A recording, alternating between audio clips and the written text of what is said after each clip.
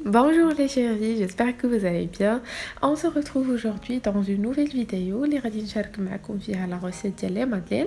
C'est une recette facile ما كتاخذش بزاف ديال الوقت في التحضير وكتجي لذيذه ورطبه بحال لي مادلين اللي كنشريو من على برا، سوف كو هادو مصايبين باليد وفي الدار، يعني كتعرفوا المكونات اللي فيهم.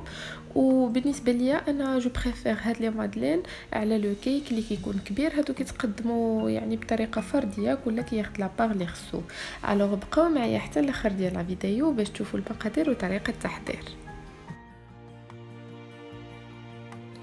بالنسبه للمكونات اللي غادي نحتاج في هاد لي مادلين، عندي هنا 3 ديال البيضات، 170 غرام ديال السكر، عندي هنايا لاغوم د فاني، تقدروا ديروا سكر ديال الفانيلا، عندي قبيصه ديال الملح، غير شويه ديال المليحه، عندي هنا ساشي ديال الخميره الحلوى ديال 14 غرام.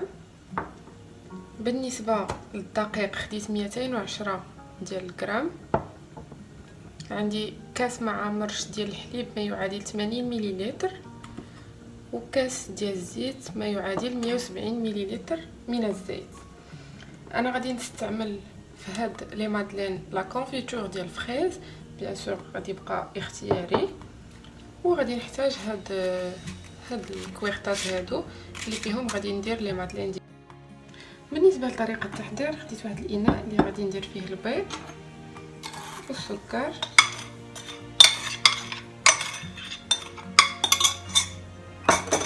وغادي ندوز باش ندربهم كاملين بالضرب الكهربائي.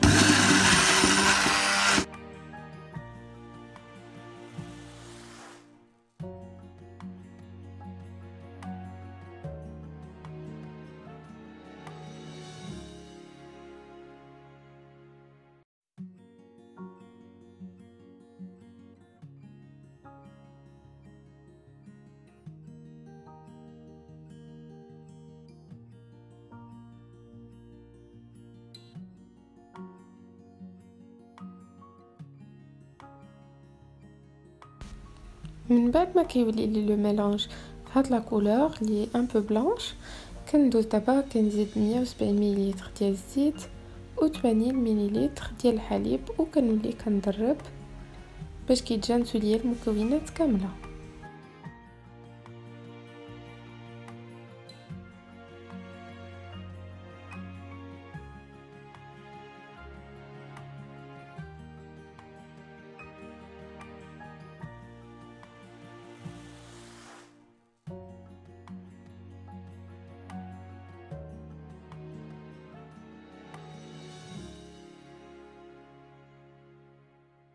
كيف ما شفتوا ها هو الخليط ولا عندي على هاد الشكل هذا. دابا غادي نزيد غير راس معلقه ديال هاد لاغوم دو فاني، لحقاش يعني لو غو ديالها قاصح، غادي نديرو غير شويه وغادي نزيد نحرك.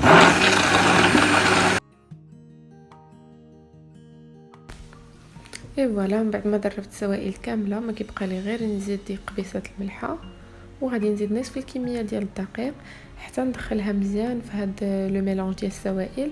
عاد غادي نزيد نصف الكميه اللي بقى ليا، غادي نضرب غير بالفوات، يعني الضرب اليدوي، ما غاديش ندير الضرب الكهربائي. وبالنسبه للخميره ديال الحلوى كنخليها هي اخر حاجه.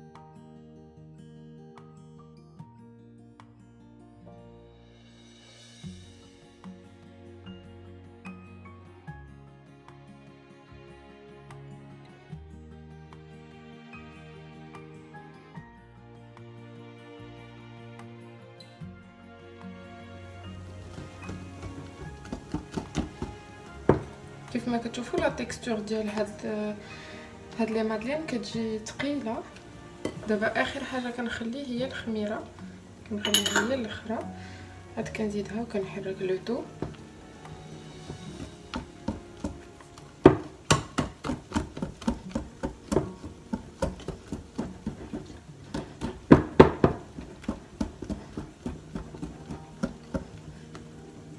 فوالا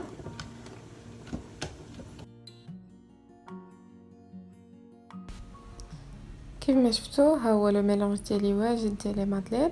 دابا غادي نغطيه بابي سولوفان وغادي نخلي هاد العجين ديالي كيرتاح تقريبا 5 دقائق.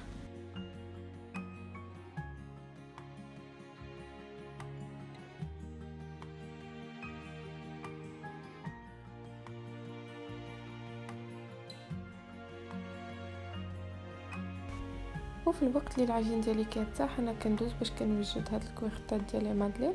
اون فيت انا كندوبلهم، يعني كندير جوج عوض وحده باش كيبقى لا فورم شاده راسها. والا كان عندكم داك لو مول اللي ديجا سو فورم هكا مدوره يكون احسن. انا بما انه ما عنديش كندوبل هاد الكويختات كيف ما قلت لكم باش كيبقاو شادين لا فورم ديالهم ما كتخسرش.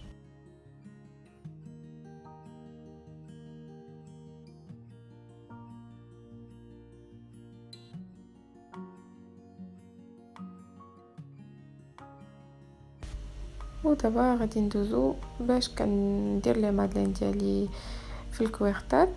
طريقه جد بسيطه. كيف ما شفتوا هنايا خديت لا كونفيتور دو فريز، بيان سور تقدروا تعوضوها بدي مورسو دو شوكولا ولا اي كونفيتور متواجده عندكم، وبيان سور تقدروا تخليوهم بلا حتى شي حاجه، كل واحد على حسب الذوق ديالو. وخديت شويه ديال سكر سنيده اللي غادي نرشو من الفوق باش كيجيو محمرين.